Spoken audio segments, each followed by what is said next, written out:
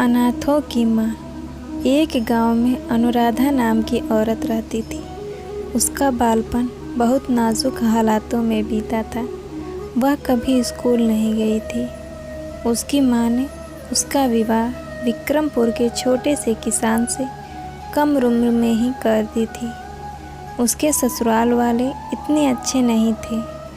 सास उसे हमेशा दोष देती थी, उससे दिन भर सारा काम करवाती थी और खाने के समय उसे बासी खाना देती थी। उसका पति भी उसकी कोई बात नहीं सुनता और उस पर हर छोटी मोटी बात पर चिल्लाता था। जब वह अकेली रहती तब बहुत रोती थी। कुछ महीने बाद अनुराधा गर्भवती हुई। उस वक्त उसे आराम, अच्छा खाना, प्यार और देखभाल की बहुत ज़रूरत थी। लेकिन उसके ससुराल वालों ने उसे ऐसी जगह रहने पर मजबूर किया कि जहाँ जानवरों को बांधा जाता था। फिर कुछ दिन बाद उसने तबेले में ही एक बेटी को जन्म दिया। बेटी बहुत सुंदर थी। लड़का न होने की वजह से घर के सब लोग उस पर नाराज़ हो गए। उनको लड़का चाहिए था और हो गई लड़की। इसमें अनुराधा का क्या कसूर था? अनुराधा की सास उससे कहने लगी कि हमें तो लड़का चाहिए था, पर जो किस्मत में नहीं था वह कैसे मिलेगा। अनुराधा को पौष्टिक खाना तो दूर, उसे रोज़ खाना नहीं मिलता था। फिर भला वह अपनी बच्ची को दूध कैसे पिलाती। भूख से व्याकुल होकर अनुराधा को चक्कर आने लगे। एक दिन अनुराधा उसकी लड़की को लेकर उसके मायके पहुंची और उसने उसके साथ हुए सारे अत्याचार अपने माता पिता को बताए। पर उसके माता पिता ने उसे अपने साथ रहने से इनकार कर दिया। उसके माता पिता उसे फिर से ससुराल जाने के लिए कहने लगे। अनुराधा की माँ ने उससे कहा कि अब तेरा मायका तेरा नहीं रहा, अब तेरा ससुराल ही तेरा घर है, तू ससुराल आ। ऐसी बातें सुनकर वह चौंक गई। उसको कुछ समझ में नहीं आ रहा था।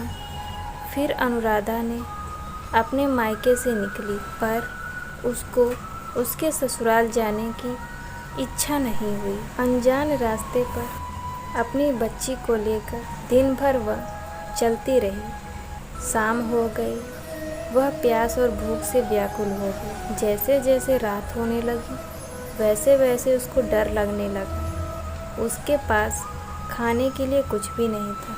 चलते चलते वह स्टेशन पहुंची। स्टेशन भी उसे सुरक्षित नहीं लग रहा था। उधर बुरे किस्म के आदमी घूम रहे थे।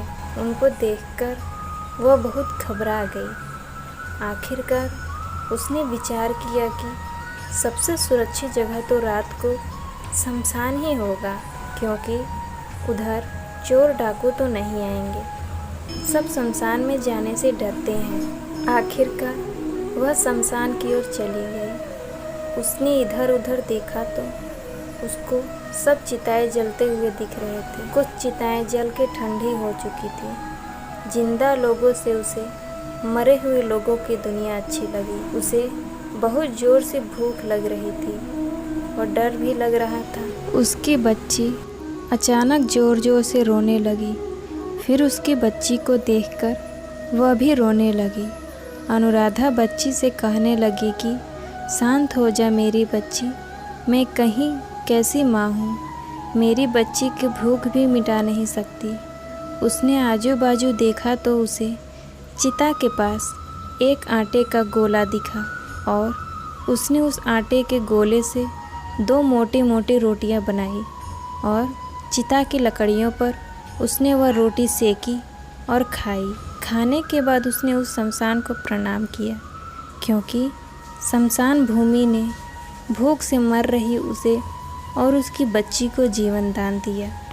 इस प्रकार अनुराधा सुबह स्टेशन पर रहती थी और रात को चोरों डाकू से बचकर शमशान में उसे जो खाने को मिलता था वह उसे खाकर सो जाती थी। एक दिन सुबह स्टेशन पर वह अपनी बच्ची को एक जगह बिठाकर पास के नल से पानी पीने चली गई। फिर पानी पीने के बाद वह जब वापस आई तब उसकी बेटी उधर नहीं थी। वह रोने लगी और चिल्लाते हुए बोली, हे भगवान, मेरी बेटी को कौन उठा ले गया? उसके बिना मैं क्या करूँगी? उसने उसे बहुत ढूंढा पर वह कहीं नहीं मिली। कितने दिन से अनुराधा अपनी बेटी के लिए रोए जा रही थी। उसकी हिम्मत टूट गई थी। वह जब जब सोचती कि मेरी छोटी सी बच्ची को कैसा लग रहा होगा, वह किस हाल में होगी, ऐसी बातें सोचकर उसका मन बैठ जाता। एक दिन उसने देखा कि 4-5 बच्चे स्टेशन पर भीख मांग रहे थे।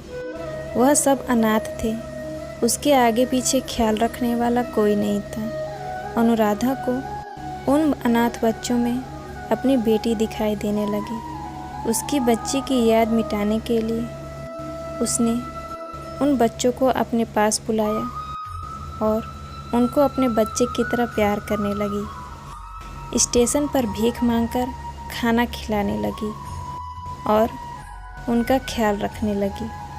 वह सब बच्चे उसे माँ कहने लगे।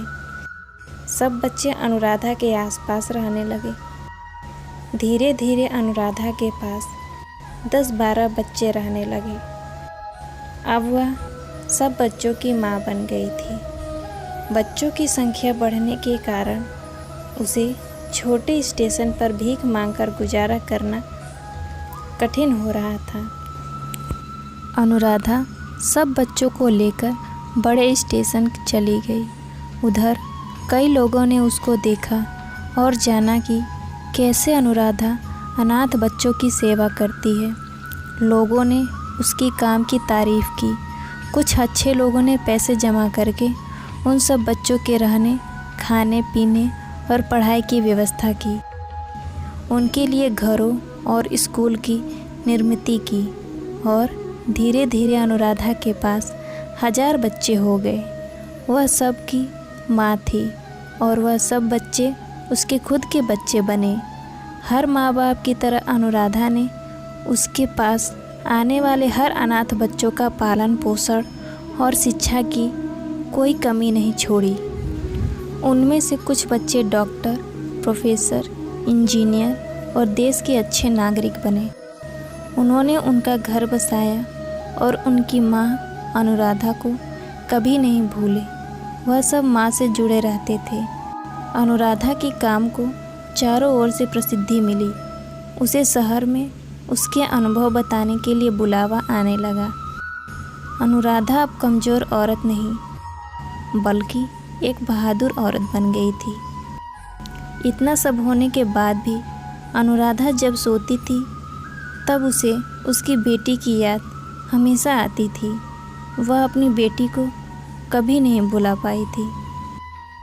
एक दिन अचानक कुछ लोग 12 वर्ष की लड़की को लेकर अनुराधा के पास आश्रम आए।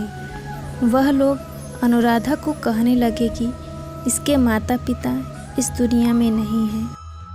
इस बच्ची को आप अपने पास रखोगी क्या?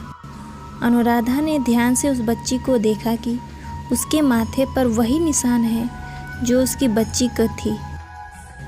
उसने जब बड़े ध्यान से उसका चेहरा देखा तो वह समझ गई कि यह मेरी गुम हुई बच्ची ही है। अनुराधा अपनी बेटी को देखकर बहुत खुश हो गई।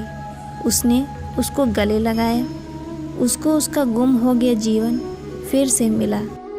अनुराधा को ऐसा लगा कि उसने दूसरे बच्चे को पाला, उनकी रक्षा की, तो भगवान ने बदले में उसकी बच्ची को सुरक्षित रखा।